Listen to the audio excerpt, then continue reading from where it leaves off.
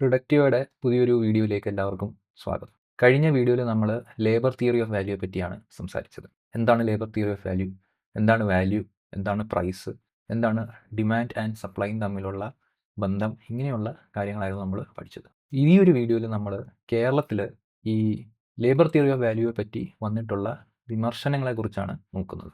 അതിൽ പ്രധാനമായും യുക്തിവാദ വേദികളിൽ വന്നിട്ടുള്ള വിമർശനങ്ങൾ. ഞാൻ സെർച്ച് ചെയ്തപ്പോൾ മാർക്സിസ്റ്റ് വിമർശനം എന്ന് പറഞ്ഞുകൊണ്ട് വന്നിട്ടുള്ളത് മിക്കവാറും രണ്ട് ധാരകളിൽ നിന്നാണ്. ഒന്ന് സി രവീന്ദ്രൻ വിമർശനങ്ങളും മറ്റൊന്ന് സി വിശ്വനാഥൻ്റെ വിമർശനങ്ങളും. അപ്പോൾ ഇന്ന് നമ്മൾ C Viswanathan labour theory of value പറ്റി ചെയ്ത വിമർശനങ്ങൾക്കാണ് നമ്മൾ മറുപടി പറയാൻ ശ്രമിക്കുന്നത്. ഞാൻ എടുത്ത വീഡിയോ എന്ന് പറയുന്നത് 10 വർഷം മുമ്പ് കേരള ഫ്രീ തിങ്കേഴ്സ് ഫോറം എന്ന യൂട്യൂബ് ചാനലിൽ അപ്ലോഡ് ചെയ്തിട്ടുള്ള the dictatorship of the proletariat and theory of surplus value are Marx false ideas എന്ന് പറഞ്ഞുകൊണ്ട് അദ്ദേഹം ചെയ്ത ഒരു വീഡിയോ ആണ്. അപ്പോൾ 10 വർഷം മുമ്പ് അദ്ദേഹം നടത്തിയ വിമർശനമാണ്.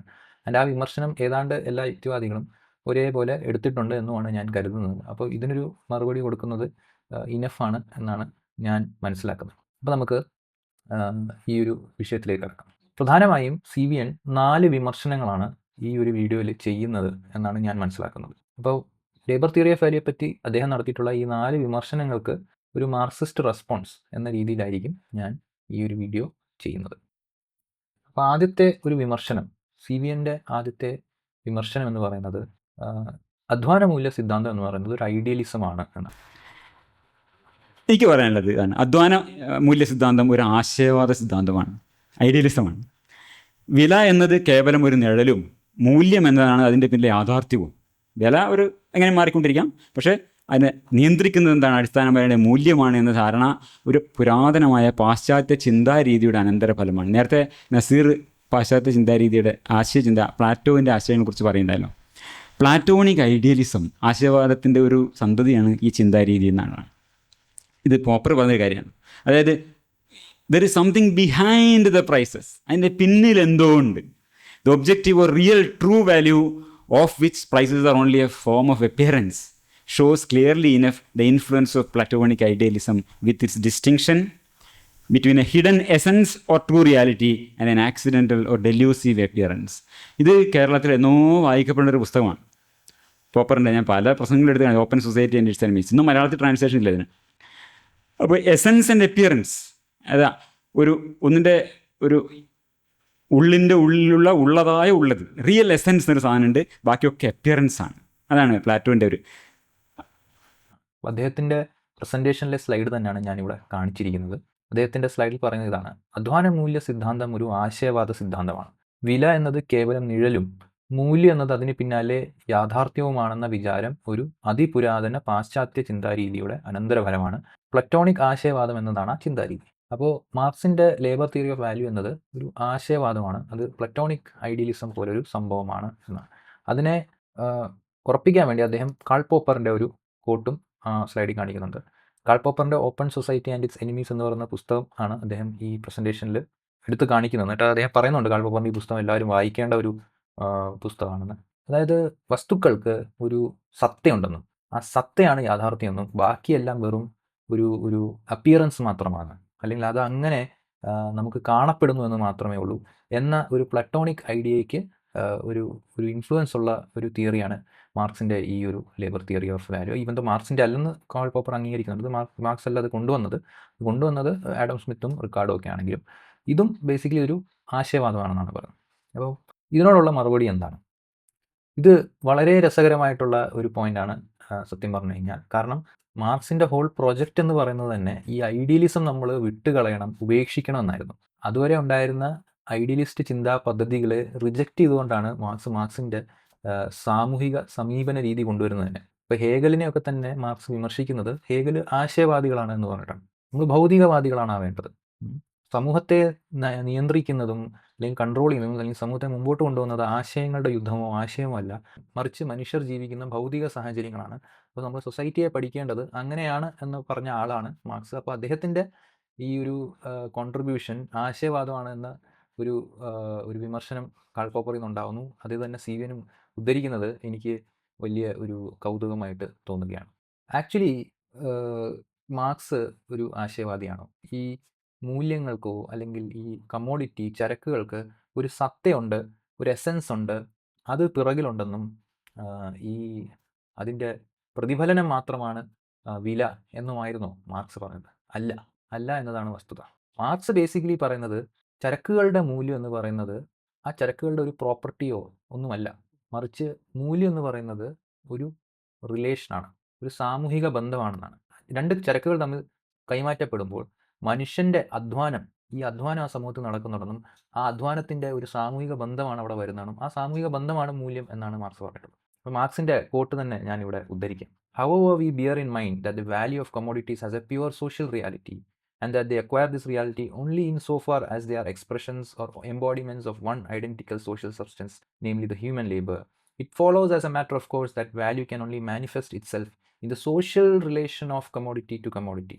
കമ്മോഡിറ്റികൾക്ക് അല്ലെങ്കിൽ ചരക്കുകൾക്ക് ഉണ്മയുണ്ടെന്നോ സത്തയുണ്ടെന്നോ അങ്ങനെ ഒരു പ്ലാറ്റോണിക് ഒരു ചിന്ത പോലുള്ളൊരു ആശയവാദം അല്ല മാർക്സ് ഉടയിക്കുന്നത്. മാർക്സ് ഉടയിക്കുന്നത് വെച്ചാൽ മനുഷ്യർ സമൂഹത്തിൽ അധ്വാനിക്കുന്നുണ്ട്. എനിക്ക് എൻ്റെ അധ്വാനം കൊണ്ട് ഉണ്ടാക്കുന്ന സാധനം വേറൊരാൾ വാങ്ങിക്കുന്നു, അല്ലെങ്കിൽ വേറൊരാൾ അധ്വാനിക്കുന്ന സാധനം ഞാൻ വാങ്ങിക്കുന്നു. അപ്പോൾ ഇങ്ങനെ ചരക്കുകൾ കൈമാറ്റം ചെയ്യപ്പെടുന്നുണ്ട് അല്ലേ? നമുക്ക് കൈമാറ്റം ചെയ്യേണ്ട ഒരു ആവശ്യം വരുന്നത് തന്നെ എനിക്ക് വേണ്ട സാധനങ്ങൾ എനിക്കുണ്ടാക്കാൻ പറ്റുന്നില്ല, ആ വ്യക്തിക്ക് വേണ്ട സാധനം ആ വ്യക്തിക്ക് ഉണ്ടാക്കാൻ പറ്റില്ല. അപ്പം മനുഷ്യർ സാമൂഹികമായിട്ട് തന്നെ അധ്വാനിച്ച് ഓരോ സാധനങ്ങൾ ഉണ്ടാക്കുന്നു. അപ്പോൾ ഇത് ആവശ്യമുള്ളവർ തമ്മിൽ എക്സ്ചേഞ്ച് ചെയ്യപ്പെടുന്നതാണ് മാർക്കറ്റിൽ സംഭവിക്കുന്നത്. അപ്പോൾ ഇവിടെ കമ്മോഡിറ്റി അല്ലെങ്കിൽ ചരക്കുകൾ എന്ന് പറയുന്നത് മനുഷ്യൻ്റെ അധ്വാനമാണ് കാണിക്കുന്നതെന്നും ഈ മനുഷ്യരുടെ അധ്വാനം തമ്മിലുള്ള ബന്ധം ആണ് ഈ ചരക്കുകളിലൂടെ വരുന്നത്. ഇതൊരു സോഷ്യൽ റിയാലിറ്റി ആണെന്നും മനുഷ്യൻ്റെ അധ്വാനമില്ലാതെ അല്ലെങ്കിൽ സമൂഹമില്ലാതെ, സമൂഹത്തിൽ ഇത്തരം അധ്വാനങ്ങളില്ലാതെ ഇതിന് യാതൊരു എക്സിസ്റ്റൻസും ഇല്ല എന്നുമാണ് മാർക്സ് പറയുന്നത്. ഒരു ചരക്കിന് മറ്റൊരു ചരക്കുമായുള്ള സാമൂഹിക ബന്ധത്തിൽ മാത്രമേ മൂല്യത്തിന് സ്വയം പ്രകടമാകാൻ കഴിയൂ എന്നത് സ്വയം വ്യക്തമാണ്. അപ്പോൾ മാർക്സ് ഇവിടെ ഐഡിയലിസം അല്ല പറയുന്നത്, ഭൗതികവാദമാണ്, മെറ്റീരിയലിസമാണ്. സ്പെസിഫിക്കലി ഡയലക്റ്റിക്കൽ മെറ്റീരിയലിസം ആണ്, പക്ഷേ മെറ്റീരിയലിസമാണ് പുള്ളി പറയുന്നത്. അപ്പോൾ ഇത് ആശയവാദമല്ല. സമൂഹത്തിന് എന്തോ ഒരു സത്യമുണ്ടെന്ന് മാർക്സ് പറയുന്നില്ല, കമ്മോഡിറ്റിക്ക് എന്തോ സത്യമുണ്ട് എന്നും പറയുന്നില്ല. മനുഷ്യൻ്റെ അധ്വാനം മനുഷ്യർ എക്സ്ചേഞ്ച് ചെയ്യുന്നു കമ്മോഡിറ്റികൾ വഴി, അതാണ് ഇവിടെ നടക്കുന്നത് എന്ന് മാത്രമേ മാർക്സ് പറയുന്നുള്ളൂ. അത് ആശയവാദമല്ല, അത് ഭൗതികവാദമാണ്. കാരണം ഭൗതികപരമായിട്ട് നമുക്ക് കാണാൻ പറ്റുന്നതാണ് മനുഷ്യൻ്റെ അധ്വാനത്തിലൂടെയാണ് ഈ പ്രോഡക്ട്സ് ഉണ്ടാകുന്നത്, അവയാണ് മാർക്കറ്റിൽ എക്സ്ചേഞ്ച് ചെയ്യപ്പെടുന്നത്. അത്രേ മാർക്സ് പറയുന്നുള്ളൂ. അപ്പോൾ ഇത് ആശയവാദമാണെന്നുള്ള ഒരു വിമർശനം പാടെ തെറ്റാണ്. ഇനി നമുക്ക് CVNൻ്റെ അടുത്ത വിമർശനത്തിലേക്ക് കടക്കാം. മാർഷലിൻ്റെ കത്രിക. ആൽഫ്രഡ് മാർഷൽ എന്ന് പറഞ്ഞ ഒരു എക്കണോമിസ്റ്റ്, ആ കാലത്ത് ഇംഗ്ലണ്ടിലെ പ്രസിഡൻ്റായിട്ടുള്ള എക്കണോമിസ്റ്റ്, ഒരു അക്കാഡമിഷ്യനാണ്. പ്രിൻസിപ്പിൾസ് ഓഫ് എക്കണോമിക്സ് എന്നൊരു ബുക്ക് 1890 വരുന്നുണ്ട്. അതാണ് വളരെ ദശകങ്ങളോളം ഇംഗ്ലണ്ടിലെ ഒരു ഡോമിനൻ്റ് ടെക്സ്റ്റ് ബുക്കായിരുന്നത്. അപ്പോൾ അതിൽ പറയുന്നത് എന്താണ് ഈ വാല്യൂ കൺസെപ്റ്റേ പോയി, ഉപയോഗയോഗ്യത ആണ് അതിനെ മൂല്യവത്താക്കുന്നതെന്നാണ് പറയുന്നത്. അവിടെയാണ് ഈ പ്രസിദ്ധമായ ചിത്രം ഇന്നും എല്ലാ എക്കണോമിക്സ് വിദ്യാർത്ഥികളും പഠിക്കുന്ന ചിത്രം വരുന്നത്. അപ്പോൾ മാർഷലിൻ്റെ മനസ്സിലാക്കൽ പ്രകാരം ഉപയോഗമൂല്യം തന്നെയാണ് കൈമാറ്റ മൂല്യവും. അതായത് വിലയെ നിർണ്ണയിക്കുന്നത് ഡിമാൻഡും സപ്ലൈയും തന്നെയാണ്, വേറൊരു മൂല്യം എന്നൊരു സംഗതി ഇല്ല, ഒരു ഫിക്സഡ് ആയിട്ടൊരു മൂല്യമില്ല. അതായത് ഇപ്പോൾ ഒരു കോട്ടിനകത്ത് ഇത്ര മൂല്യം, അതിനനുസരിച്ച് വാല്യൂ മാറാൻ പാടുന്നില്ല, എത്രയും മാറാം, ഡിമാൻഡും സപ്ലൈ അനുസരിച്ചിട്ട് മാറാം. അതിനകത്ത് സ്ഥിരമായി കിടക്കുന്ന ഒരു വാല്യൂ ഒരു സംഭവം ഇല്ല എന്നാണ് മാർഷലിൻ്റെ. അപ്പോൾ എന്ത് സംഭവിച്ചു? ഈ മാർഷലിൻ്റെ ഒക്കെ ഈ ഇത് വന്നതോടുകൂടി, പുതിയ തരത്തിലുള്ള മാത്തമാറ്റിക്കൽ പുതിയ കാഴ്ചപ്പാടുകൾ വന്നതോടുകൂടി സാമ്പത്തിക ശാസ്ത്ര വിശകലനങ്ങളുടെ കേന്ദ്രസ്ഥാനത്ത് നിന്ന് മൂല്യം, ഈ വാല്യൂ എന്നുള്ള സങ്കല്പമേ പുറത്തായി. പകരം വില, പ്രൈസ് എന്നതായി ഇതിൻ്റെ. അപ്പോൾ CVN ഈ ഒരു പ്രസൻറ്റേഷനിൽ പറയുന്നതെന്ന് പറഞ്ഞു കഴിഞ്ഞാൽ, ആൽഫ്രഡ് മാർഷൽ എന്ന് പറയുന്ന ഒരു സാമ്പത്തിക ശാസ്ത്രജ്ഞൻ അല്ലെങ്കിൽ എക്കണോമിസ്റ്റ് 1890 പബ്ലിഷ് ചെയ്തിട്ടുള്ള പ്രിൻസിപ്പിൾസ് ഓഫ് എക്കണോമിക്സ് എന്ന പുസ്തകത്തിൽ ഈ ഡിമാൻഡ് കർവിനെയും സപ്ലൈ കർവിനെയും കുറിച്ച് സംസാരിച്ചുകൊണ്ട് അദ്ദേഹത്തിൻ്റെ ഈ ഒരു സിദ്ധാന്തത്തോടുകൂടി മൂല്യത്തെക്കുറിച്ചുള്ള ചർച്ച എക്കണോമിക്സിൽ നിന്ന് ഇല്ലാതായി എന്നും പ്രൈസ് മാത്രമായി എന്നുമാണ് അദ്ദേഹം പറയുന്നത്. ഇതിലൊരു കാര്യം ശരിയാണ്, ആൽഫ്രഡ് മാർഷൽ ആണ് നിയോ ക്ലാസിക്കൽ എക്കണോമിക്സ് അല്ലെങ്കിൽ ഇന്ന് കാണുന്ന മോഡേൺ എക്കണോമിക്സിൻ്റെ ഒരു സ്ഥാപകൻ എന്ന രീതിയിൽ നമ്മൾ ചർച്ച ചെയ്യപ്പെടുന്നുണ്ട്. പക്ഷേ ആൽഫ്രഡ് മാർഷൽ ഇതിനു മുമ്പുള്ള എക്കണോമിസ്റ്റുകൾ പറഞ്ഞതിൽ തെറ്റുകളുണ്ടെന്നോ അല്ലെങ്കിൽ എന്തുകൊണ്ട് മാർക്സിൻ്റെ സിദ്ധാന്തം തെറ്റാണോ എന്നതൊന്നും അല്ല അദ്ദേഹം മുമ്പോട്ട് വെച്ചത്. അത് മനസ്സിലാക്കാൻ നമ്മൾ ചരിത്രപരമായിട്ട് ഈ കാലഘട്ടത്തിൽ എക്കണോമിക്സിൽ നടന്ന മാറ്റങ്ങളും ചർച്ചകളും അല്ലെങ്കിൽ ഒരു തരത്തിലുള്ള ആറ്റിറ്റ്യൂഡ് ഷിഫ്റ്റുകൾ എന്തൊക്കെയായിരുന്നു എന്നത് നമ്മൾ മനസ്സിലാക്കണം. അത് ഞാനൊന്ന് വിശദീകരിക്കാൻ ശ്രമിക്കാം. 867 കാലഘട്ടം അല്ലെങ്കിൽ 868 ആ ഒരു ടൈം ആകുമ്പോഴാണ് ഈ ലേബർ തിയറി ഓഫ് വാല്യൂവിൻ്റെ ആദ്യ ഒരു റിട്ടൺ ഫോമായിട്ട് കാൾ മാർക്സ് പബ്ലിഷ് ചെയ്യുന്നത്, ക്യാപിറ്റൽ 1 വോളിയം 1. അപ്പോൾ തന്നെ അതൊരു വലിയ ചർച്ചാ വിഷയമായി മാറുന്നുണ്ട്. ഈ ലേബർ തിയറി ഓഫ് വാല്യൂ നമ്മൾ അംഗീകരിച്ച് കഴിഞ്ഞ് കഴിഞ്ഞാൽ ക്യാപിറ്റലിസം ഒരു എക്സ്പ്ലോയിറ്റേഷൻ ആണ് എന്ന ഒരു കൺക്ലൂഷൻ ഒഴിച്ചുകൂടാൻ പറ്റുന്നില്ല. അത് നമുക്ക് മാറ്റാൻ പറ്റുന്നില്ല. ക്യാപിറ്റലിസം ഒരു എക്സ്പ്ലോയിറ്റേഷൻ ആണെങ്കിൽ എന്തുകൊണ്ട് നമ്മൾ ക്യാപിറ്റലിസം എന്ന് പറയുന്ന ഈ ഒരു എക്സ്പ്ലോയിറ്റേറ്റീവ് സിസ്റ്റം നടത്തിക്കൊണ്ട് പോകണം എന്ന ചോദ്യം ഉയർന്നു വരുന്നു. മാത്രമല്ല അതേ കാലഘട്ടത്തിൽ തന്നെ മറ്റ് വർക്കിംഗ് ക്ലാസ് മൂവ്മെൻറ്റ്സും സോഷ്യലിസ്റ്റ് റെവല്യൂഷൻസും ഒക്കെ അവിടെ യൂറോപ്പിൽ പല സ്ഥലങ്ങളിൽ വരുന്നുണ്ട്. അപ്പോൾ അവിടെ ഈ ക്യാപിറ്റലിസ്റ്റ് എക്കണോമിസ്റ്റുകളുടെ കയ്യിൽ ഒരു ടാസ്ക് ഉണ്ട്. We need to save capitalism. ക്യാപിറ്റലിസത്തെ നമുക്ക് രക്ഷപ്പെടുത്തിയെടുക്കണം. അങ്ങനെ ഒരു പ്രതിഭാസത്തെ ഹെൽപ്പ് ചെയ്തിട്ടുള്ള 2 എക്കണോമിസ്റ്റുകളെ നമുക്ക് പരിചയപ്പെടാം. ആദ്യമായുള്ളത് കാൾ മെങ്കർ എന്ന് പറയുന്ന വ്യക്തിയാണ്. 1871 കാൾ മെങ്കർ അദ്ദേഹത്തിൻ്റെ subjective theory of value publish ചെയ്യുന്നത്. കാൾ മെങ്കർ പറഞ്ഞത് വാല്യൂ അല്ലെങ്കിൽ മൂല്യം എന്ന് പറയുന്നത് ഈ വസ്തുക്കൾ ഇൻഹറൻറ്റോ അല്ലെങ്കിൽ അധ്വാനവുമല്ല, മറിച്ച് ഓരോ വ്യക്തിക്ക് വ്യക്തിഗതമായിട്ട് തന്നെ അവരുടെ ഇഷ്ടങ്ങളെ സാറ്റിസ്ഫൈ ചെയ്യാൻ കഴിയുന്ന ഒരു പവർ മാത്രമാണ് എന്നതാണ്. അതായത് ഞാൻ ഒരു വസ്തു മേടിക്കുന്നുണ്ടെങ്കിൽ ആ വസ്തുവിന് എത്ര അധ്വാനമുണ്ടെന്നോ എത്ര അധ്വാന ശക്തി അവിടെ സ്പെൻഡ് ചെയ്യപ്പെട്ടിട്ടുണ്ടോ എന്നതൊന്നും തന്നെ അവിടെ മാറ്റർ ചെയ്യുന്ന കാര്യമല്ല. എനിക്ക് ആസ് എ വ്യക്തി ഇൻഡിവിജ്വൽ തലത്തിൽ നമുക്ക് അത് ഇഷ്ടമാണെങ്കിൽ അത് നമ്മൾ എടുക്കണം എന്നതാണ്. അതാണ് ഈ മാർക്കറ്റിൽ വസ്തുക്കൾക്ക് മൂല്യങ്ങൾ നിർണ്ണയിക്കുന്നത് എന്നായിരുന്നു കാൾ മെങ്കറുടെ വാദം. നമ്മൾ നോട്ട് ചെയ്യണം, ക്ലാസിക്കൽ എക്കണോമിസ്റ്റുകൾ ഇപ്പം ആഡം സ്മിത്ത് ആണെങ്കിലും ഡേവിഡ് റിക്കാർഡോ ആണെങ്കിലും കാൾ മാർക്സും ഒക്കെ ഒബ്ജക്റ്റീവ് റിയാലിറ്റിയിൽ നിന്ന് വേണം നമ്മൾ ഈ എക്കണോമിക്സ് പഠിക്കണം എന്ന ഒരു സിദ്ധാന്തം അല്ലെങ്കിൽ ഇങ്ങനെ ഒരു ചിന്താരീതി വെക്കുമ്പോൾ കാൾ മെങ്കറിനെ പോലെയുള്ള വ്യക്തികൾ മുമ്പോട്ട് വെച്ചത് നമ്മൾ ഒബ്ജക്റ്റീവായിട്ട് സമൂഹത്തെ പഠിക്കാനല്ല ശ്രമിക്കേണ്ടത്. നമ്മൾ ഈ സമൂഹത്തിലെ ഓരോ വ്യക്തി എടുത്തിട്ട് ആ വ്യക്തിയുടെ ഇൻഡിവിജ്വൽ ആക്ഷൻസിൽ ഉള്ള പ്രിഫറൻസുകൾ മാത്രം നോക്കിയാൽ മതി, അല്ലാതെ സിസ്റ്റത്തിൻ്റെ പഠനമല്ല നമ്മൾ നടത്തേണ്ടത് എന്നത് ഒരു ചിന്താരീതിയാണ് കാൾ മെങ്കർ മുമ്പോട്ട് വെച്ചത്. ഈ ഒരു ചിന്താരീതിയാണ് പിന്നെ ഓസ്ട്രിയൻ സ്കൂൾ ഓഫ് എക്കണോമിക്സ് എന്ന് പറയുന്ന ഒരു ബ്രാഞ്ചായി മാറുന്നത്. ഇന്ന് നിങ്ങൾക്ക് സോഷ്യൽ മീഡിയയിൽ കാണുന്ന അനാർക്കോ ക്യാപിറ്റലിസ്റ്റുകൾ, അതായത് സർക്കാർ ഇടപെടുകയേ വേണ്ട, വിപണി അങ്ങ് സ്വതന്ത്രമായിട്ട് അങ്ങ് വിട്ട് കഴിഞ്ഞാൽ എല്ലാം അങ്ങ് നടന്നോളും എന്ന് വിശ്വസിക്കുന്ന ഒരു സൂഡോ സയൻസ് പുഷ് ചെയ്യപ്പെടുന്ന ഒരു രീതിയിലേക്ക് ഉള്ള ചിന്താ പദ്ധതിക്ക് ഒരു തുടക്കമിട്ട വ്യക്തി കാൾ മെങ്കർ ആയിരുന്നു. ഇദ്ദേഹത്തിൻ്റെ ഒരു ഫോളോവേഴ്സാണ് നമ്മൾ ഈ ഹയക്ക്, മീസസ് എന്നൊക്കെ പറയുന്ന എക്കണോമിസ്റ്റുകൾ പിന്നെ വന്നിട്ടുള്ളത്. അപ്പോൾ അവരുടെ എല്ലാം പ്രിൻസിപ്പിൾസ് നിങ്ങൾ നോക്കിക്കഴിഞ്ഞാൽ ഇതാണ്. ഈ ക്യാപിറ്റലിസത്തെ ആസ് എ സിസ്റ്റം അല്ലെങ്കിൽ ആസ് എ സ്ട്രക്ചർ അല്ല നമ്മൾ പഠിക്കേണ്ടത്. ക്യാപിറ്റലിസത്തിന് അങ്ങനെ സ്ട്രക്ചറൊന്നുമില്ല, ഇൻഡിവിജ്വൽ ആളുകൾ മാത്രമേ ഉള്ളൂ, ഓരോ ഇൻഡിവിജ്വൽ ട്രാൻസാക്ഷൻസ് മാത്രം നമ്മൾ പഠിച്ചാൽ മതി ഇങ്ങനെയുള്ള രീതിയിലേക്ക് മാറ്റി. It's like saying theory of evolution നമ്മൾ സ്പീഷീസ് ലെവലിലല്ല പഠിക്കേണ്ടത്, സ്പീഷീസിൽ വരുന്ന മാറ്റങ്ങളായിട്ടല്ല പഠിക്കേണ്ടത്. സ്പീഷീസിലെ ഓരോ ഇൻഡിവിജ്വൽ ജീവികളിൽ വരുന്ന മാറ്റങ്ങൾ മാത്രം പഠിച്ചാൽ മതി, നമുക്ക് എവല്യൂഷൻ മനസ്സിലാക്കാൻ പറ്റും എന്നുള്ള രീതിയിലുള്ള ഒരു ആശയമാണ് വെച്ചത്. അപ്പോൾ ഇതായിരുന്നു കാൾ മെങ്കറിൻ്റെ ഒരു വർക്ക് എന്ന് പറഞ്ഞു കഴിഞ്ഞാൽ. മൂല്യം എന്ന് പറയുന്നത് വ്യക്തിഗതമാണ്. ഇത് സത്യത്തിൽ ഇതല്ലേ ആശയവാദം. വ്യക്തിഗതമായിട്ടുള്ള ആളുകളുടെ, ഇൻഡിവിജ്വൽ ആളുകളുടെ പ്രിഫറൻസസ് മാത്രമാണ് എക്കണോമിക്സിനെ നയിക്കുന്നത് എന്ന രീതിയിലുള്ള ഒരു വാദമല്ലേ ആശയവാദം. ഇത് ഓക്സ്ഫോർഡ് ഡിക്ഷണറി ഓഫ് സോഷ്യോളജിയിൽ ആശയവാദം അഥവാ ഐഡിയലിസം എന്താണ് എന്ന ഒരു നിർവചനം കൊടുത്തിട്ടുണ്ട്. Idealism is a term used to refer to a position in the philosophy of the social sciences that assumes the social world, like all other objects of external perception, consists of ideas originating from some or other source, most commonly in sociology the minds of individual human beings. ലളിതമായി പറഞ്ഞു കഴിഞ്ഞാൽ ആശയവാദം എന്ന് പറഞ്ഞു കഴിഞ്ഞാൽ സമൂഹത്തെ പഠിക്കുന്ന ഒരു ചിന്താരീതിയാണ്. ഈ ചിന്താരീതി പ്രധാനമായും ഊന്നൽ കൊടുക്കുന്നത് സമൂഹത്തിലെ ഇൻഡിവിജ്വൽ ആയിട്ടുള്ള മനുഷ്യരുടെ ചിന്തകളിലാണ്, ഇൻഡിവിജ്വൽ മനുഷ്യരുടെ മൈൻഡ്സ് അഥവാ മനസ്സിലാണ്. In other words, what idealism asserts ontologically is that society exists only insofar as human beings think that exist. സമൂഹം നിലനിൽക്കുന്നത് മനുഷ്യർ സമൂഹത്തെപ്പറ്റി ചിന്തിക്കുന്നുണ്ട് എന്നതുകൊണ്ടാണ് എന്നാണ് ആശയവാദം പറയുന്നത്. And what it asserts epistemologically is that proper way to gain knowledge of society is through investigation of this thinking. And ഇത് പറയുന്നത് ജ്ഞാനശാസ്ത്രപരമായിട്ട് സമൂഹത്തെക്കുറിച്ച് നമ്മൾ പഠിക്കണമെന്നുണ്ടെങ്കിൽ മനുഷ്യർ, ആ സമൂഹത്തിലുള്ള മനുഷ്യർ, ഇൻഡിവിജ്വൽ മനുഷ്യർ എങ്ങനെ ചിന്തിക്കുന്നു എന്ന് പഠിക്കണം എന്നതാണ്. അപ്പോൾ ആശയവാദം എന്ന് പറഞ്ഞു കഴിഞ്ഞാൽ സമൂഹത്തിലെ മാറ്റങ്ങളും അല്ലെങ്കിൽ സമൂഹത്തിൻ്റെ പ്രശ്നങ്ങളും സമൂഹത്തിൻ്റെ ഗുണങ്ങളും എല്ലാം സമൂഹത്തിലുള്ള മനുഷ്യർ എങ്ങനെ ചിന്തിക്കുന്നു എന്നത് കേന്ദ്രബിന്ദുവാക്കി പഠിക്കുക എന്നതാണ് ആശയവാദം. അപ്പോൾ CVനെ പോലുള്ള ആളുകൾക്ക് വാസ്തവത്തിൽ ആശയവാദം എന്നൊരു വിമർശനം ഉന്നയിക്കാനുണ്ടെങ്കിൽ അത് ശരിക്കും അവർ ഉന്നയിക്കേണ്ടത് കാൾ മെങ്കറിനെ പോലെ യൂട്ടിലിറ്റി അല്ലെങ്കിൽ ഉപയോഗത എന്ന് പറയുന്നത് വ്യക്തിനിഷ്ഠമാണെന്നും വ്യക്തികളുടെ പ്രിഫറൻസുകളാണെന്നും വ്യക്തികളുടെ ആശയങ്ങളും ആഗ്രഹങ്ങളും ഒക്കെയാണ് എന്ന് പറയുന്ന തിയറികളിലല്ലേ. പക്ഷേ ഒരു സൊസൈറ്റിയിൽ ഒബ്സർവ് ചെയ്യുകയും ഒബ്ജക്റ്റീവായിട്ടുള്ള ഒരു ഫീച്ചറിനെ ബേസ് ചെയ്ത് ഒരു തിയറി ഓഫ് വാല്യൂ ഉണ്ടാക്കുന്നത് ആശയവാദമായിട്ട് അദ്ദേഹം കാണുന്നു. എന്നാൽ ഇത്തരം സബ്ജക്റ്റീവ് തിയറി ഓഫ് വാല്യൂ ആശയവാദമായിട്ട് അദ്ദേഹത്തിന് തോന്നുന്നില്ല, അതേപ്പറ്റി അദ്ദേഹം സംസാരിക്കുന്നില്ല. അതെന്തുകൊണ്ട് എന്ന് എനിക്ക് മനസ്സിലാവുന്നില്ല. എനിവേ, കാൾ മെങ്കറിന് ശേഷം വന്ന അടുത്ത വ്യക്തിയായിരുന്നു വില്യം സ്റ്റാൻലി ജെവൻസ്. ഇദ്ദേഹം അദ്ദേഹത്തിൻ്റെ theory of political economy publish ചെയ്യുന്ന 871 ഇദ്ദേഹം മുമ്പോട്ട് വന്ന ഒരു തിയറി എന്ന് പറഞ്ഞു കഴിഞ്ഞാൽ ഈ മൂല്യം എന്ന് പറയുന്നത് മാർജിനൽ യൂട്ടിലിറ്റി ആണ് നിർണ്ണയിക്കുന്നത്, അല്ലാതെ അധ്വാനമല്ല എന്നതാണ്. മാർജിനൽ യൂട്ടിലിറ്റി എന്ന് പറഞ്ഞാൽ മറ്റേ സബ്ജക്റ്റീവ് വാല്യൂവിൻ്റെ ഒരു എക്സ്റ്റൻഷൻ പോലെ നമുക്ക് മനസ്സിലാക്കാൻ പറ്റും.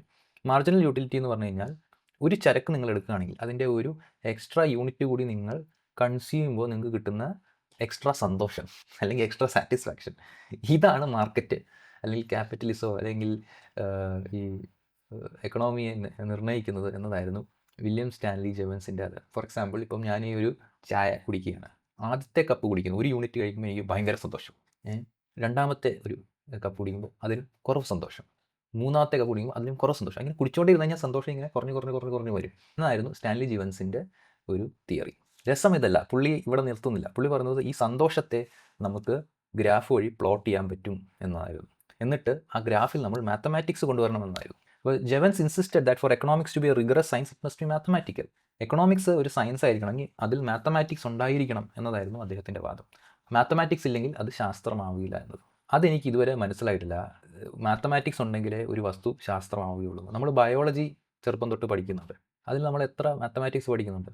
ഒരു വസ്തു ശാസ്ത്രമാവുന്നത് അതിൽ മാത്തമാറ്റിക്സും ഗ്രാഫും എത്രയുണ്ട് എന്നതിൻ്റെ ബേസിസിലല്ല, മറിച്ച് അത് റിയാലിറ്റിയെ എക്സ്പ്ലെയിൻ ചെയ്യുന്നുണ്ടോ ഇല്ലയോ എന്നതിൻ്റെ ബേസിസിലാണ് എന്നാണ് എൻ്റെ ഒരു പക്ഷം. മാത്തമാറ്റിക്സ് ഉണ്ട് എന്ന് വെച്ച് നമുക്കത് ശാസ്ത്രീയമാണെന്ന് മനസ്സിലാക്കാൻ കഴിയുകയില്ല എന്നാണ് എൻ്റെ പക്ഷം. പക്ഷേ വില്യം സ്റ്റാൻലി ജെവൻസ് പോലുള്ള ആളുകൾ വാദിച്ചത് അത് മാത്തമാറ്റിക്സ് ഉണ്ടെങ്കിൽ അത് നടക്കുന്നു. അതിന് വേറൊരു കാരണമുണ്ട്. കാരണം ആ കാലഘട്ടത്തിൽ ഈ ഡിഫറൻഷ്യൽ കാൽക്കുലസ് ഫിസിക്സിലും മറ്റു പല സ്ഥലങ്ങളിലും വളരെയധികം ഉപയോഗിക്കപ്പെടുന്നുണ്ടായിരുന്നു. അത് വെച്ച് പുതിയ പുതിയ ഡിസ്കവറീസ് മറ്റ് ശാസ്ത്രീയ മേഖലകൾ വരുന്നുണ്ടായിരുന്നു. അപ്പം അതുകൊണ്ട് എക്കണോമിക്സിൽ ഇങ്ങനൊരു സംഭവം ചെയ്യണം എന്നൊരു രീതിയിലേക്ക് അദ്ദേഹം പോയി. അതിൽ തെറ്റൊന്നും ഞാൻ പറയുന്നില്ല, മാത്തമാറ്റിക്സ് ഉപയോഗിക്കരുത് എന്നല്ല എൻ്റെ പോയിന്റ്. പക്ഷേ നമ്മൾ മാത്തമാറ്റിക്സ് ഉപയോഗിക്കേണ്ടത് റിയാലിറ്റിയെ എക്സ്പ്ലെയിൻ ചെയ്യാനായിരിക്കണം. നിങ്ങൾക്ക് റിയാലിറ്റിയെ എക്സ്പ്ലെയിൻ ചെയ്യാൻ പറ്റുന്നില്ല, നിങ്ങൾ ഈ റാൻഡമായിട്ടുള്ള കുറേ അസംഷൻസ് ഒക്കെ എടുത്തു കൊണ്ടുവന്ന് അതിൽ മാത്തമാറ്റിക്സ് ചെയ്യാൻ ശ്രമിക്കുന്നുണ്ടെങ്കിൽ അത് ശാസ്ത്രീയമാണെന്ന് വിശ്വസിക്കാൻ പറ്റുമെന്നാണ് ഞാൻ ചോദിക്കുന്നത്. ഇദ്ദേഹം കൊണ്ടുവന്ന ഗ്രാഫുകൾ എനിക്കിപ്പോഴും വളരെ ഇഷ്ടമുള്ളൊരു കാര്യമാണ്. എങ്ങനെ ഇതൊരു മോഡേൺ എക്കണോമിക്സിൽ ഇതൊക്കെ വന്നു, നമ്മൾ ഇന്ന് പഠിക്കുന്ന മോഡേൺ എക്കണോമിക്സ് ഇതിനെ ബേസ് ചെയ്തിട്ടൊക്കെയാണ് നിൽക്കുന്നത് എന്നത് എന്നെ ഇപ്പോഴും അത്ഭുതപ്പെടുത്തുന്നുണ്ട്. അതുമാത്രമല്ല, ഇതാണ് ശാസ്ത്രീയ പഠന രീതിയെന്നും മാർക്സ് കൊണ്ടുവന്നത് സാമ്പത്തിക അന്ധവിശ്വാസമാണ് എന്നുമാണ് ആളുകൾ പറയുന്നത്. വികാരങ്ങളെ നമുക്ക് മെഷർ ചെയ്യാൻ പറ്റും എന്നാണ് ഈ സ്റ്റാൻലി ജെവൻസ് പറയുന്നത്. സ്റ്റാൻലി ജെവൻസ് കൊണ്ടുവന്ന ഗ്രാഫ് നിങ്ങൾക്ക് സ്ക്രീനിൽ കാണാം. വലതുവശത്ത് മുകളിൽ കാണുന്ന ഗ്രാഫ്, അതായത് എം എന്ന് പറയുന്ന മിനിറ്റിൽ നിങ്ങളൊരു കമ്മോഡിറ്റി കൺസ്യൂം ചെയ്യുമ്പോൾ പി എന്ന സന്തോഷം നിങ്ങൾക്കുണ്ടാകുന്നു. അടുത്ത മിനിറ്റിൽ പിയെക്കാട്ടിലും കുറവ് സന്തോഷം ഉണ്ടാകുന്നു. അടുത്ത മിനിറ്റിൽ അതിലും കുറവ് സന്തോഷം ഉണ്ടാകും. അങ്ങനെ നിങ്ങൾ പോകുമ്പോൾ എൻ എന്ന മിനിറ്റിൽ നിങ്ങൾ ആ കമ്മോഡിറ്റി കൺസ്യൂം ചെയ്യുമ്പോൾ നിങ്ങൾക്ക് ക്യൂ എന്ന ഒരു സന്തോഷം മാത്രമേ ഉണ്ടാകുന്നുള്ളൂ. ഈ പിയും ക്യൂ എവിടുന്ന് വന്നു എന്ന് ചോദിക്കരുത്. ഇത് എവിടുന്ന് വരുന്നു, ഇത് പിയും ക്യൂവും ഇങ്ങനെയാണോ വരുന്നത് എന്ന കാര്യത്തിലൊന്നും ഒരു ചോദ്യം നമ്മൾ പാടില്ല. കഥയിൽ ചോദ്യമില്ല. അതാണ് മോഡേൺ എക്കണോമിക്സിൻ്റെ ഒരു രീതി എന്ന് പറയുന്നത്. കഥയിൽ ചോദ്യമില്ല. അപ്പോൾ പക്ഷേ ഇവിടെ ഒരു പ്രശ്നമുണ്ട്. ഇങ്ങനെ ഒരു ഗ്രാഫ് വരച്ച് കഴിഞ്ഞാൽ ഈ ഗ്രാഫ് വെച്ച് നമുക്ക് കാൽക്കുലസ് ചെയ്യാൻ പറ്റുമോ? ഇങ്ങനെ ഒരു ഗ്രാഫ്, അതായത് ഞാൻ വലതുവശത്ത് മുകളിൽ കാണുന്ന ഗ്രാഫ് ഇങ്ങനെ ബ്ലോക്കായിട്ട് നിന്ന് കഴിഞ്ഞാൽ നിങ്ങൾക്ക് ഇതിലൊരു യാതൊരു രീതിയിലുള്ള കാൽക്കുലസും ചെയ്യാൻ പറ്റില്ല. അതുകൊണ്ട് സ്റ്റാൻലി ജെവൻസ് എന്ന് പറഞ്ഞു, ഇങ്ങനെ ഒരു ഗ്രാഫ് ഉണ്ടെങ്കിൽ നമുക്കതിനെ സ്മൂതൺ ചെയ്തിട്ട് നിങ്ങൾക്ക് വലതുവശത്ത് താഴെ കാണുന്ന ഗ്രാഫ് പോലെ ആക്കാൻ പറ്റും. നമുക്ക് ഒരു കർവ് ഭയങ്കര ഒരു സ്മൂത്ത് കർവാക്കി അദ്ദേഹം മാറ്റുകയാണ്. അപ്പോൾ എങ്ങനെയാണ് ഈ ഒരു കണ്ടിന്യൂസ് ഗ്രാഫ് വരുന്നത് എന്നൊന്നും ചോദ്യമില്ല, അതൊന്നും കഥയിൽ ചോദ്യമില്ല. പക്ഷേ ഈ കണ്ടിന്യൂസ് ഗ്രാഫ് നിങ്ങൾക്ക് വരച്ച് കഴിഞ്ഞാൽ ഇതിൻ്റെ ഉള്ള ഗുണമെന്ന് വെച്ച് കഴിഞ്ഞാൽ ഇതിനകത്ത് നിങ്ങൾക്ക് ഇൻറ്റിഗ്രേഷൻ, ഡിഫറൻസിയേഷൻ, സ്ലോപ്പ് കാണാൻ പറ്റും, ഏരിയ കാണാൻ പറ്റും, ഇങ്ങനെയുള്ള പല സംഭവങ്ങൾ നിങ്ങൾക്ക് ചെയ്യാൻ പറ്റും. പക്ഷേ ഇതെല്ലാം അസ്യൂം ചെയ്തേക്കുന്നത് എന്താണ്? ഈ സന്തോഷത്തിൻ്റെ വയസ്സിലാണ്. ഈ സന്തോഷം എങ്ങനെ വന്നു, ഇതാണ് അവിടെ വരുന്നത് എന്നത് എങ്ങനെ നിങ്ങൾക്കറിയാം? ഇതല്ലേ ആശയവാദം. ഈ മാർജിനൽ യൂട്ടിലിറ്റി അല്ലേ ആശയവാദം. ലേബർ തിയറി ഓഫ് വാല്യൂ എങ്ങനെയാണ് ആശയവാദം എന്ന്? ലേബർ തിയറി ഓഫ് വാല്യൂ പറയുന്നത് സമൂഹത്തിൽ മനുഷ്യർ അധ്വാനത്തിന് ചെലവഴിക്കുന്ന സമയം എന്ന ഒബ്ജക്റ്റീവ് ഫാക്റ്റിനെ ബേസ് ചെയ്തിട്ട് വേണം നമ്മൾ വാല്യൂ കണക്കാക്കാൻ എന്ന് പറയുന്ന ക്ലാസിക്കൽ എക്കണോമിക്സിൽ നിന്ന് മാറിയിട്ട് ഒരു കാലത്തും നമുക്ക് മെഷർ ചെയ്യാൻ പറ്റാത്ത ഇൻഡിവിജ്വൽ തലത്തിൽ ഓരോ വ്യക്തിക്കും തോന്നുന്ന സന്തോഷം നമുക്ക് ഗ്രാഫിൽ പ്ലോട്ട് ചെയ്തിട്ട് നമുക്ക് എക്കണോമിക്സ് ചെയ്യാം എന്ന് പറയുന്ന രീതിയിലേക്ക് ഈ ഒരു സാമ്പത്തിക ശാസ്ത്രത്തിൽ പുതിയ ചർച്ചകൾ വരികയാണ്. വില്യം സ്റ്റാൻലി ജെവൻസിൻ്റെ ഒരു കോട്ട് ഇവിടെ ഞാൻ വായിക്കാം. Pleasure and pain are undoubtedly the ultimate objects of the calculus of economics. എക്കണോമിക്സിൻ്റെ കാൽക്കുലസിൻ്റെ അൾട്ടിമേറ്റ് ഒബ്ജക്ട്സ് എന്ന് പറയുന്നത് സന്തോഷവും വേദനയാണ്. ഇത് അദ്ദേഹം കടമെടുത്തിരിക്കുന്നത് അതിന് മുമ്പുള്ള യൂട്ടിലിറ്റേറിയൻ തിയറികളിൽ നിന്നാണ്. ജെർമി ബന്ധം അല്ലെങ്കിൽ മിൽസ് ഇങ്ങനെയൊക്കെയുള്ള യൂട്ടിലിറ്റേറിയൻസ് ഇതിനു മുമ്പ് സമൂഹത്തിൽ പ്ലഷറും പെയിനും വെച്ചിട്ട് വേണം നമ്മൾ കാര്യങ്ങൾ അളക്കാൻ എന്ന് പറഞ്ഞ യൂട്ടിലിറ്റേറിയൻ തിയറി ഈ എക്കണോമിക്സിലേക്ക് കൊണ്ടുവരാനാണ് ഈ വില്യം സ്റ്റാൻലി ജെവൻസ് ശ്രമിച്ചിട്ടുള്ളത്. അതാണ് അദ്ദേഹം ഇവിടെ ശ്രമിക്കുന്നത്. To satisfy our wants to the utmost with least effort, to procure the greatest amount of what is desirable at the expense of the least is undesirable. In other words, to maximize pleasure is the problem of economics. ഇത് നമുക്ക് താല്പര്യം കുറഞ്ഞ വസ്തുക്കളെ വെച്ചിട്ട് താല്പര്യം കൂടുതലുള്ള കാര്യങ്ങൾ നമ്മൾ പ്രൊക്യൂർ ചെയ്യുക അല്ലെങ്കിൽ സമ്പാദിക്കാൻ ശ്രമിക്കുക, കൈക്കലാക്കാൻ ശ്രമിക്കുക. ഇതാണ് മാത്തമാറ്റിക്സ് അല്ലെങ്കിൽ എക്കണോമിക്സിൻ്റെ ശാസ്ത്രം എന്ന് പറഞ്ഞ ആളാണ്. ഇതല്ലേ ആശയവാദം?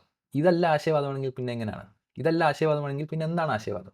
ലേബർ തിയറി ഓഫ് വാല്യൂ ആശയവാദമാണെന്ന് പറയുകയും ഇത് ആശയവാദമല്ല എന്ന് പറയുന്നതിൻ്റെ യുക്തി എന്താണ്? യാതൊരു രീതിയിലും നിങ്ങൾക്ക് ഒബ്സർവ് ചെയ്യാനോ നിങ്ങൾക്ക് മെഷർ ചെയ്യാനോ പറ്റാത്ത വ്യക്തിഗത ഫീലിങ്സിനെ വെച്ചിട്ട് എക്കണോമിക്സ് ചെയ്യുന്നത് മോഡേൺ എക്കണോമിക്സ് ആയത് എങ്ങനെയാണ്?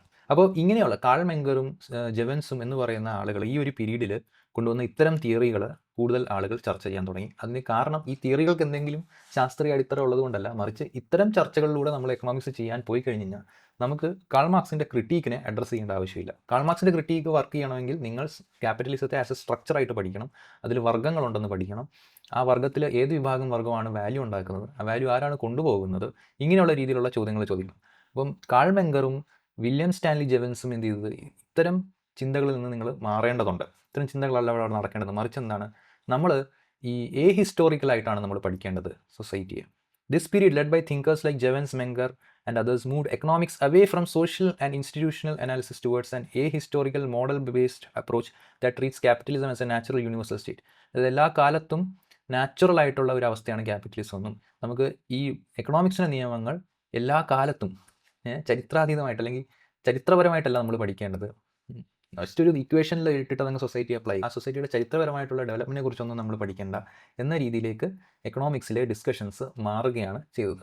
ക്ലാസിക്കൽ എക്കണോമിക്സ് ഇങ്ങനെയല്ലായിരുന്നു. ക്ലാസിക്കൽ എക്കണോമിക്സ് ചരിത്രപരമായിട്ട് മനുഷ്യർ എങ്ങനെ വികസിച്ചു, ആ സമൂഹം എങ്ങനെ വികസിച്ചു, അപ്പോൾ ആ ചരിത്രപരമായിട്ട് എന്തൊക്കെ സിസ്റ്റംസും എന്തൊക്കെ ട്രഡീഷൻസും എന്തൊക്കെ കസ്റ്റംസും വന്നു എന്ന ഒരു പഠനമായിരുന്നു. ഇപ്പോൾ കാൾ മാർക്സിൻ്റെ ഒക്കെ വർക്ക് നിങ്ങൾക്കറിയാം. പണ്ട് ഇങ്ങനെയല്ലായിരുന്നു നമ്മൾ ഓർഗനൈസ് ചെയ്യപ്പെട്ടിരിക്കുന്നത്, വർഗ്ഗങ്ങൾ ഇങ്ങനെയല്ലായിരുന്നു, വർഗ്ഗങ്ങൾ വേറെ രീതിയിലായിരുന്നു, അവിടെ ഇത്തരം മാറ്റങ്ങളുണ്ടായിരുന്നു എന്ന ഒരു ചരിത്രപരമായ പഠനം നടത്താൻ ശ്രമിച്ചപ്പോൾ ഈ മാർജിനലിസ്റ്റ് റെവല്യൂഷൻ പറയുന്നത് നിങ്ങളിതൊന്നും പഠിക്കണ്ട, മനുഷ്യൻ എങ്ങനെ ചരിത്രപരമായി ഇവിടം വരെ എത്തി എന്ന കാര്യങ്ങൾ നമ്മൾ പഠിക്കേണ്ട, നമുക്ക് ജസ്റ്റ് ഒരു ഇക്വേഷനിൽ ഒരു വ്യക്തിക്ക് ഇത്ര സന്തോഷം വരുന്നു, ഇത്ര വിഷമം വരുന്നു എന്നുള്ള രീതിയിലുള്ള മാത്തമാറ്റിക്കൽ മോഡൽസ് വെച്ചിട്ട് നമുക്ക് ഫുൾ സൊസൈറ്റിയിൽ അപ്ലൈ ചെയ്യാൻ പറ്റും എന്നതാണ്.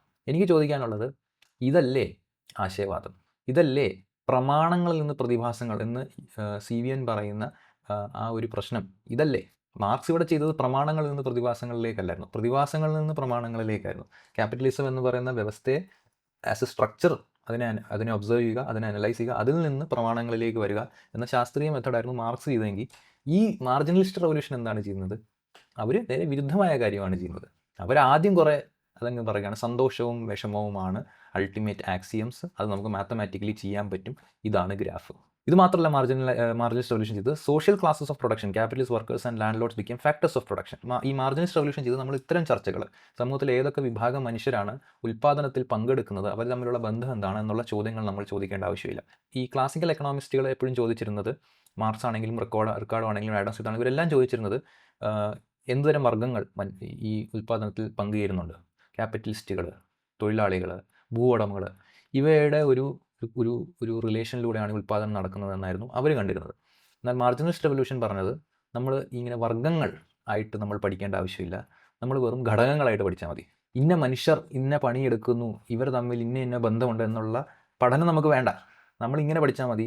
ഈ ഒരു ഇക്വേഷനിൽ ഇത് ക്യാപിറ്റലാണ്, ഇത് വേജ് ആണ്, ഇത് റെൻ്റാണ്, ഇത്തരം ഫാക്ടേഴ്സുകൾ, ഈ ഫാക്ടേഴ്സിൻ്റെ ഇക്വേഷൻസ് മാത്രം നമ്മൾ എഴുതിയാൽ മതി. അപ്പോൾ ചോദ്യമില്ലല്ലോ, ഈ വർഗ്ഗം പണിയെടുത്തു, ഈ വർഗ്ഗം മൂല്യം ഉണ്ടാക്കി, ആ വർഗ്ഗം അത് കൊണ്ടുപോയി എന്ന ചോദ്യങ്ങളില്ല. അവോയ്ഡിങ് ക്വസ്റ്റ്യൻസ്, ആ ക്വസ്റ്റ്യനെ നമ്മളങ്ങ് ചോദിക്കാതിരുന്നു കഴിഞ്ഞാൽ പ്രശ്നം തീർന്നില്ല.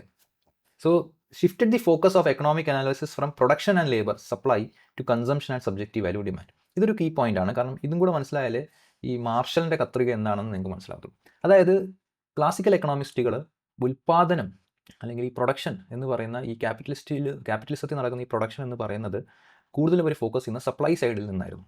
അതായത് ഒരു ക്യാപിറ്റലിസ്റ്റ് വ്യവസ്ഥയിൽ ഒരു സംഭവം ഉൽപ്പാദിപ്പിക്കാൻ എന്ത് ചിലവ് വരുന്നു? Cost of production. കഴിഞ്ഞ ക്ലാസ്സിൽ നിങ്ങൾ കേട്ടോന്ന് അറിയില്ല, കോസ്റ്റ് ഓഫ് പ്രൊഡക്ഷൻ.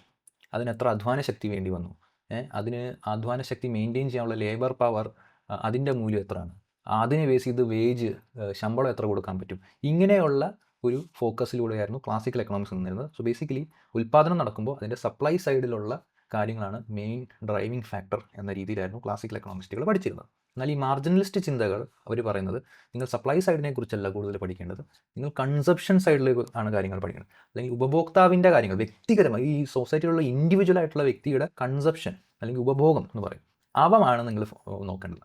ആ വ്യക്തിയുടെ സംഭവങ്ങൾ മാത്രം നിങ്ങൾ നോക്കിയാൽ മതി എന്ന രീതിയിലേക്ക്. ആൻഡ് മൂല്യം എന്ന് പറയുന്നത് ഓരോ വ്യക്തിയുടെയും മനസ്സിൽ ഉള്ള എന്താ പറയുക, സന്തോഷം, സമാധാനം, വിഷമം, ദേഷ്യം, സാറ്റിസ്ഫാക്ഷൻ, ഇങ്ങനെയാണെന്ന് പറഞ്ഞു. അപ്പോൾ അത് നമ്മൾ ഡിമാൻഡ് സൈഡാണ് നമ്മൾ പഠിക്കേണ്ടത് എന്ന രീതിയിലേക്ക് മാർജിനൽ റെവല്യൂഷൻ മാറ്റി. അപ്പോൾ ഈ രണ്ട് ചിന്താധാരകളുള്ളപ്പോഴാണ് ആൽഫ്രഡ് മാർഷൽ വരുന്നത്. ആൽഫ്രഡ് മാർഷൽ വന്നിട്ട് പറയുകയാണ്, ഹേയ് ക്ലാസിക്കൽ എക്കണോമിസ്റ്റ് നിങ്ങളും വിഷമിക്കേണ്ട, ഹേ മാർജിനലിസ്റ്റ് എക്കണോമിസ്റ്റ് നിങ്ങളും വിഷമിക്കേണ്ട, നിങ്ങൾ രണ്ടുപേരുടെയും പ്രശ്നം ഞാൻ പരിഹരിക്കും എന്ന് പറഞ്ഞാണ് ആൽഫ്രഡ് മാർഷൽ പറയുന്നത്. ആൽഫ്രഡ് മാർഷൽ ഒരു സിന്തസിസ് ആണ് ചെയ്യുന്നത്, രണ്ടിനെയും കൂടെ യോജിപ്പിക്കാനാണ് ശ്രമിക്കുന്നത്. ആ യോജിപ്പിക്കുന്നത് വളരെ ഇതായിട്ടാണ്, അതായത് ക്യാപിറ്റലിസ്റ്റുകൾക്ക് അനുകൂലമായിട്ടാണ് യോജിപ്പിക്കുന്നത്.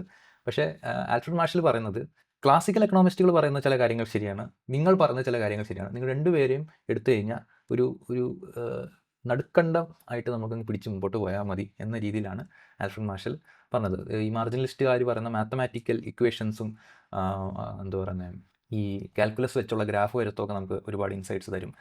എന്നാൽ നിങ്ങൾ പറയുന്ന ചില കാര്യങ്ങളും ശരിയാണ്. അങ്ങനെയാണ് അദ്ദേഹം ഈ മാർഷലിൻ്റെ കത്രിക കണ്ടുപിടിക്കുന്നത്. അപ്പോൾ മാർഷലിൻ്റെ കത്രിക എന്ന് പറയുന്നത് എന്താണ് ആക്ച്വലി? പണ്ടുണ്ടായിരുന്ന രണ്ട് തർക്കമായിരുന്നു, കോസ്റ്റ് ഓഫ് പ്രൊഡക്ഷൻ ആണോ വാല്യൂ നിർണ്ണയിക്കുന്നത്, അതോ ഡിമാൻഡ് സൈഡിലുള്ള ഇൻഡിവിജ്വൽ ആയിട്ടുള്ള വ്യക്തികളുടെ പ്രിഫറൻസ് ആണോ ഈ വാല്യൂ നിർണ്ണയിക്കുന്നത്. അതിന് മാർഷൽ കൊടുത്ത ഉത്തരമാണ് എന്ത്? നിങ്ങൾ രണ്ടുപേരും പറയുന്നത് ശരിയാണ്. ഈ ക്ലാസിക്കൽ എക്കണോമിസ്റ്റ് പറയുന്ന കോസ്റ്റ് ഓഫ് പ്രൊഡക്ഷൻ എന്ന് പറയുന്നത് സപ്ലൈ സൈഡിലെ ഒരു ബ്ലേഡ്, കത്രികയുടെ ബ്ലേഡ് പോലെ നിൽക്കുന്നു. ഈ യൂട്ടിലിറ്റേറിയൻസ് പറയുന്ന, അല്ലെങ്കിൽ ഈ മാർജിനൽ യൂട്ടിലിറ്റി പറയുന്ന എക്കണോമിസ്റ്റുകൾ പറയുന്ന ഇൻഡിവിജ്വൽ പ്രിഫറൻസസ് എന്ന് പറയുന്നത് ഡിമാൻഡ് സൈഡിലെ കത്രികയായിട്ട് നിൽക്കുന്നു. ഈ രണ്ട് കത്രികയും ഇൻഡിപെൻഡൻ്റ് ആയിട്ട് വർക്ക് ചെയ്യുന്നു. അപ്പോൾ ആ രണ്ട് ബ്ലേഡുകൾ ഒരു പേപ്പറിൽ മുറിയുമ്പോൾ ഏത് ബ്ലേഡാണ് ആദ്യം മുറിയുന്നത് എന്ന ചോദ്യത്തിന് പ്രസക്തിയില്ല എന്നായിരുന്നു മാർഷൽ പറഞ്ഞത്. പക്ഷേ അതിൻ്റെ അർത്ഥം മാർഷൽ ക്ലാസിക്കൽ എക്കണോമിസ്റ്റുകൾ പറഞ്ഞത് തെറ്റാണെന്നല്ല. മാർഷലിൻ്റെ കോട്ട് ഞാൻ വായിക്കാം. V might as reasonably dispute by whether it is the upper or the under blade of a pair of scissors that cuts a piece of paper. ഒരു പേപ്പർ മുറിക്കുന്നത് ഒരു കത്രികയുടെ അപ്പർ ബ്ലേഡ് ആണോ lower blade ആണോ എന്ന് നിങ്ങൾക്ക് ഇങ്ങനെ ചർച്ച ചെയ്യാം. As whether value is govern by utility or cost of production. Cost of production ആണോ യൂട്ടിലിറ്റി ആണോ മൂല്യം നിർണ്ണയിക്കുന്നത് എന്ന ചോദ്യത്തിൽ ഇതുപോലെ തന്നെ അപ്പർ ബ്ലേഡ് ആണോ ലോവർ ബ്ലേഡ് ആണോ എന്ന കാര്യത്തിൽ നമുക്ക് തർക്കങ്ങളുണ്ടാകാം. പക്ഷേ ആ തർക്കത്തിന് ഉത്തരം ആൽഫ്രഡ് മാർഷൽ തന്നെ തരുന്നുമുണ്ട്. എന്താണ് ആൽഫ്രഡ് മാർഷലിൻ്റെ ഉത്തരം? As A general rule, the shorter the period which we are considering, the greater must be the share of our attention which is given to the influence of demand on value. ചെറിയ കാലയളവിലേക്കാണ് നമ്മൾ നോക്കുന്നതെങ്കിൽ യൂട്ടിലിറ്റിക്കാർ പറയുന്നത്, അല്ലെങ്കിൽ demand സൈഡിലുള്ള ആളുകൾ പറയുന്നതാണ് important. ആ ഭാഗമാണ് മൂല്യം നിർണ്ണയിക്കുന്നതിൽ കൂടുതൽ ഇൻഫ്ലുവൻസ് അല്ലെങ്കിൽ കൂടുതൽ ഇമ്പോർട്ടൻ്റ് ആയിട്ടുള്ള ഒരു ഭാഗമായി വരുന്നത്. And the longer the period, പക്ഷെ നിങ്ങൾ നീണ്ട കാലയളവിലേക്കാണ് നോക്കുന്നതെങ്കിൽ the more important will be the influence of cost of production on value. മൂല്യം നിർണ്ണയിക്കുന്നത് കോസ്റ്റ് ഓഫ് പ്രൊഡക്ഷൻ ആണ്. Karl Marx was right. Karl Marx ഇത് തന്നെയല്ലേ പറഞ്ഞത്? Temporarily supply and demand market പ്രൈസുകളെ ഫ്ലക്ച്വേറ്റ് ചെയ്യുന്നുണ്ടെങ്കിലും നിങ്ങൾ ജനറലി നോക്കുവാണെങ്കിൽ ഇത് കോസ്റ്റ് ഓഫ് പ്രൊഡക്ഷനാണ് നിർണ്ണയിക്കുന്നത്. ഇത് തന്നെയാണ് ആൽഫ്രഡ് മാർഷലിൻ്റെയും conclusion. The longer time period you take, it's the cost of production that influences value. മൂല്യത്തെ നിർണ്ണയിക്കുന്നത് കോസ്റ്റ് ഓഫ് പ്രൊഡക്ഷൻ ആണ് in the longer run. In a stationary state, then the plain rule would be that the cost of production governs value. Karl Marx തന്നെയല്ലേ പറഞ്ഞത്? നിങ്ങൾ equilibrium സ്റ്റേറ്റിലാണ് നിങ്ങൾ നോക്കുന്നതെങ്കിൽ മൂല്യം എന്ന് പറയുന്നത് കോസ്റ്റ് ഓഫ് പ്രൊഡക്ഷൻ ആണ്. അത് തന്നെയല്ലേ ആൽഫ്രഡ് മാർഷലും പറയുന്നത്? In a stationary state. Stationary state എന്താണെന്ന് പുള്ളി പറയുന്നുണ്ട്. ഒരു സൊസൈറ്റി, ഒരു ക്ലോസ് സൊസൈറ്റിയിൽ എത്ര ആളുകളുണ്ടോ അത്രയും ആളുകൾക്ക് തന്നെ പ്രൊഡക്ഷൻ നടക്കുന്നുണ്ടോ, അത്രയും ആളുകൾക്ക് തന്നെ അത് കൺസ്യൂം ചെയ്യുന്നുണ്ട്. വേറെ പുതിയ പോപ്പുലേഷൻ ഗ്രോത്തോ ഡിമാൻഡ് ആൻഡ് സപ്ലൈയിലോ മാറ്റമൊന്നും നടക്കുന്നില്ല എങ്കിൽ the plain rule would be that cost of production governs value. Classical എക്കണോമിസ്റ്റുകൾ പറഞ്ഞ കാര്യം തന്നെയാണ് ആൽഫ്രഡ് മാർഷൽ പറയുന്നത്. The only thing is Alfred Marshall കൊണ്ടുവന്ന സംഭവം എന്താണെന്ന് വെച്ച് കഴിഞ്ഞാൽ, നമ്മൾ സാമൂഹിക വർഗങ്ങളെ പറ്റി, ഈ ക്യാപിറ്റലിസ്റ്റുകൾ, ഈ വർക്കേഴ്സ് തൊഴിലാളികൾ, ഈ ഭൂവുടമകൾ, ഇവരെക്കുറിച്ച് നമ്മൾ സംസാരിക്കേണ്ട, ഇവരെ എല്ലാം ഫാക്ടേഴ്സ് ഓഫ് പ്രൊഡക്ഷൻ, ഈ മാർജിനലിസ്റ്റുകാർ പറയുന്ന മാതിരി തന്നെ ഫാക്ടേഴ്സ് ഓഫ് പ്രൊഡക്ഷൻ അല്ലെങ്കിൽ ഘടകങ്ങളായിട്ട് മാത്രം കണ്ടാൽ മതി, അതുകൊണ്ട് ആ ചർച്ചയില്ല. അങ്ങനെയാണ് മോഡേൺ എക്കണോമിക്സ് ഇന്ന് ഈ ഒരു രീതിയിലേക്ക് എത്തുന്നത്. നിങ്ങൾ ഇന്ന് ഈ മോഡേൺ എക്കണോമിക്സ് എടുത്ത് നോക്കിക്കഴിഞ്ഞാൽ നിങ്ങൾക്ക് ഈ മാർജിനൽ യൂട്ടിലിറ്റി കർവും ordinal utility curve, cardinal utility curve എന്നുള്ള എല്ലാ യൂട്ടിലിറ്റി ഗ്രാഫുകളും നിങ്ങൾക്ക് കാണാൻ പറ്റും. ഈ ഗ്രാഫിൽ കുറേ എക്കണോമിസ്റ്റുകൾ ഭയങ്കര വലിയ ഇക്വേഷൻസ് എഴുതും, ഇൻറ്റിഗ്രേഷൻ എഴുതും, ഡിഫറൻസിയേഷൻ എഴുതും, വലിയ വലിയ ഇക്വേഷൻസ് എഴുതും. പക്ഷേ ഈ ഇക്വേഷൻസിൻ്റെ എല്ലാ അടിസ്ഥാന പ്രിൻസിപ്പിൾ അല്ലെങ്കിൽ അടിസ്ഥാനപരമായിട്ട് നിങ്ങൾ നോക്കിയാൽ എന്താണ്, ഒരു യൂണിറ്റ് കമ്മോഡിറ്റി നിങ്ങൾ കഴിക്കുമ്പോൾ നിങ്ങൾക്ക് എത്ര സന്തോഷം കിട്ടുന്നു, എത്ര വിഷമം വരുന്നു എന്നതാണ് ഇതിൻ്റെ അടിസ്ഥാനം. ഇൻഡിവിജ്വൽ മനുഷ്യൻ്റെ ഫീലിങ്സിനെ നമുക്ക് ഒന്നെങ്കിൽ റാങ്ക് ചെയ്യാം. രണ്ട് രീതിയാണ്. ഒന്ന് കാർഡിനൽ യൂട്ടിലിറ്റി, ഓർഡിനൽ യൂട്ടിലിറ്റി എന്ന് പറയുന്ന രണ്ട് ചിന്താധാരകളുണ്ട്. രണ്ടും കോമഡിയാണ്. ഒന്ന് പറയുന്നത് നമുക്ക് ശരിക്കും ഫീലിങ്സ് മെഷർ ചെയ്യാമെന്നും, മറ്റേ ഓർഡിനൽ യൂട്ടിലിറ്റി പറയുന്നത് നമുക്ക് അങ്ങനെ മെഷർ ചെയ്യാൻ പറ്റത്തില്ല, പക്ഷെ നമുക്ക് കമ്പയർ ചെയ്യാം. ഇപ്പം ഞാൻ ഈ ചായ കൊടുത്തിട്ട് ഈ ഒരു മൗസ് വാങ്ങുന്നുണ്ടെങ്കിൽ ചായയെക്കാട്ടിലും കൂടുതൽ സന്തോഷം എനിക്ക് മൗസ് തരുന്നു എന്ന് നമുക്ക് അസ്യൂം ചെയ്യാമല്ലോ എന്ന് പറഞ്ഞാണ്. ഇത്തരം അസംബന്ധങ്ങളാണ് ഈ മോഡേൺ എക്കണോമിക്സ് എന്ന് പറഞ്ഞ് നമ്മൾ ഇവിടെ ഇപ്പോൾ ചെയ്തുകൊണ്ടിരിക്കുന്നത്. നിങ്ങൾക്ക് സംശയമാണ്, നിങ്ങൾ മോഡേൺ എക്കണോമിക്സ് ബുക്സുകൾ എടുത്ത് നോക്കിക്കഴിഞ്ഞാൽ നിങ്ങൾക്ക് ഇത്തരം ഗ്രാഫുകൾ എല്ലാവരും ഇന്നും പഠിപ്പിക്കുന്നുണ്ട്. ഇതല്ലേ ആശയവാദം? യാതൊരു രീതിയിലും ഒബ്ജക്റ്റീവ് റിയാലിറ്റിയെ ബേസ് ചെയ്തിട്ടുള്ളൊരു പഠനം അല്ല മോഡേൺ എക്കണോമിക്സ് നടത്തുന്നത്. അതുകൊണ്ടാണ് മാർക്സിസ്റ്റുകൾ പലപ്പോഴും മോഡേൺ എക്കണോമിക്സ് എന്ന് പറയുന്നത് ഒരു ശാസ്ത്രീയ പഠന മേഖലയായിട്ടല്ല ഇപ്പോൾ നിൽക്കുന്നതെന്നും, അത് ഐഡിയോളജിക്കലി പ്രത്യയശാസ്ത്രപരമായി ക്യാപിറ്റലിസത്തെ വെളുപ്പിക്കുക, പ്രത്യയശാസ്ത്രപരമായിട്ട് ക്യാപിറ്റലിസത്തെ അതിൻ്റെ പ്രശ്നങ്ങൾ സംസാരിക്കാതിരിക്കുക, ചർച്ച ചെയ്യാതിരിക്കുക എന്നൊരു ഡോക്ടറിനായി മാറിക്കഴിഞ്ഞു എന്ന് പറയുന്നത്. നിങ്ങൾ ഒരു ശാസ്ത്രീയ പഠനമാണ് നടത്തുന്നതെങ്കിൽ ആ സിസ്റ്റത്തിൻ്റെ പ്രശ്നങ്ങൾ, ആ സിസ്റ്റത്തിൻ്റെ ടെൻഡൻസീസ്, ആ സിസ്റ്റത്തിൽ എന്തുതരം ഫോഴ്സുകൾ വർക്ക് ചെയ്യുന്നു എന്നതാണ് പഠിക്കേണ്ടത്. അങ്ങനെയല്ലേ നമ്മൾ ശാസ്ത്രം പഠിക്കുന്നത്. നമ്മൾ എവല്യൂഷൻ പഠിക്കുമ്പോൾ റിയാലിറ്റിയിൽ എന്ത് നടക്കുന്നു എന്നതാണല്ലോ നമ്മൾ നോക്കേണ്ടത്. അല്ലാതെ നമ്മൾ ആദ്യമേ ഇന്ന ജീവിക്ക് ഇങ്ങനെ ഒരു സന്തോഷമുണ്ട്, ഇങ്ങനെ ഒരു വിഷമമുണ്ട് എന്ന് പറഞ്ഞ് ഗ്രാഫ് വരച്ചിട്ടല്ലല്ലോ നമ്മളിന്ന്. ആക്ച്വലി വി ഒബ്സർവ് ആ സിസ്റ്റം എങ്ങനെ വർക്ക് ചെയ്യുന്നു, ആ ഫുൾ എക്കോ സിസ്റ്റത്തിൽ ഈ സെലക്ഷൻ പ്രഷേഴ്സ് എങ്ങനെ വർക്ക് ചെയ്യുന്നു, മ്യൂട്ടേഷൻസ് എങ്ങനെ വർക്ക് ചെയ്യുന്നു, ഇവയെല്ലാം കൂടെ പ്ലേ ഔട്ട് ആകുമ്പോൾ എങ്ങനെയാണ് ഒരു സ്പീഷീസിൽ മാറ്റം വരുന്നത്. ഇങ്ങനെയാണല്ലോ നമ്മൾ പരിണാമം പഠിക്കുന്നത്. അങ്ങനെയാണോ ഈ എക്കണോമിക്സ് ഇപ്പോൾ നടക്കുന്നത്? അല്ല. ഓരോ വ്യക്തിഗതമായിട്ട് ഇൻഡിവിജ്വൽ ആളുകളുടെ ഫീലിങ്സിനെ ഒന്നെങ്കിൽ റേറ്റ് ചെയ്യാം അല്ലെങ്കിൽ റാങ്ക് ചെയ്യാം എന്ന ബേസിസിലാണ് മോഡേൺ എക്കണോമിക്സ് നടക്കുന്നത്. ഇതാണ് ആശയവാദം. ഈ ആശയവാദം പഠിപ്പിക്കുകയും ഈ ആശയവാദം മുമ്പോട്ട് വയ്ക്കുന്ന എക്കണോമിക്സിനെതിരെ യുക്തിവാദികൾക്ക് യാതൊരു വിമർശനവുമില്ല. പക്ഷേ ഒബ്ജക്റ്റീവായിട്ട് സമൂഹത്തിൽ അധ്വാനത്തിലൂടെ ഉണ്ടാകുന്ന ചരക്കുകളെ പറ്റിയുള്ള പഠനങ്ങൾ ആശയവാദമാണെന്നുള്ള ക്ലാസ്സുകളും നടക്കുകയാണ്. ഇതെന്തുകൊണ്ട് ഇങ്ങനെ നടക്കുന്നു എന്ന് ഞാൻ നിങ്ങളോട് ചോദിക്കുകയാണ്. എന്തായാലും വീഡിയോ ഒരുപാട് ലെങ്തിയായി. അദ്ദേഹം 2 വിമർശനങ്ങളും കൂടെ പറഞ്ഞിട്ടുണ്ട്. അത് വേറെ ഏതെങ്കിലും വീഡിയോയിൽ ഞാൻ സംസാരിക്കാൻ ശ്രമിക്കാം. നന്ദി, നമസ്കാരം.